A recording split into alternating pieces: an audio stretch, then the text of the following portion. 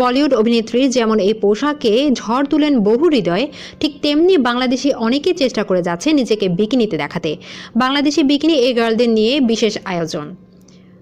জান্নাতুল ফেরদৌস পিয়া, তিনি 2007 সালে মিস বাংলাদেশ খেতাব অর্জন করেন। এরপর কর্মজীবন শুরু করেন 2008 সালে র্যাম্প মডেলিং ও অভিনয়ের মাধ্যমে। তিনি বিভিন্ন আন্তর্জাতিক প্রতিযোগিতামূলক অনুষ্ঠানসমূহে অংশ নিয়েছেন বাংলাদেশের প্রতিনিধি হয়ে। সে আন্তর্জাতিক প্রতিযোগিতাগুলোতেই তিনি বিকিনি পরেছিলেন, আর এ নিয়ে কিন্তু বেশ সমালোচনায় পড়তে হয় তাকে। সে সমালোচনার কোনো তোয়াক্কা না করেই তিনি নিজেকে প্রতিনিয়ত মেলে ধরেছেন। মাকসুদ আক্তার প্রিয়তি, বাংলাদেশি হলেও তিনি বসবাস করছেন আয়ারল্যান্ডে। বর্তমান সময়ের সঙ্গে পাল্লা দিয়ে দুর্বার গতিতে তিনি এগিয়ে যাচ্ছেন নানা দেশের ফটোশ্যুটে। আর দেশের বাইরে বিভিন্ন ফটোশ্যুটগুলোর মধ্যে রয়েছে বিকিনি ফটোশ্যুট। এর আগেও বিকিনিতে প্রিয়তি বিভিন্ন ফটোশ্যুট করেছেন নগ্ন হয়ে ফটোশ্যুটও। সম্প্রতি নগ্ন শরীরে পেইন্ট করে ও লাল বিকিনি পরা ছবি নিয়ে বেশ সমালোচিত হয়েছেন। নায়রা নাইম, সময়ের আলোচিত সমালোচিত একটি নাম।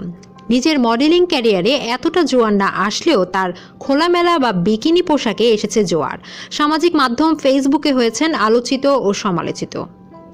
Fatematuz Zohra Itisha Lux Channel I superstar 2012 প্রতিযোগিতায় চতুর্থ হন।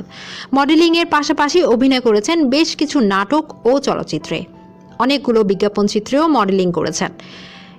এই যখন অবস্থা, তখন তিনি বিকিনি পরে হাজির হন সামাজিক যোগাযোগ মাধ্যম ফেসবুকে, আর এ নিয়ে তিনি হয়েছেন সমালোচিত।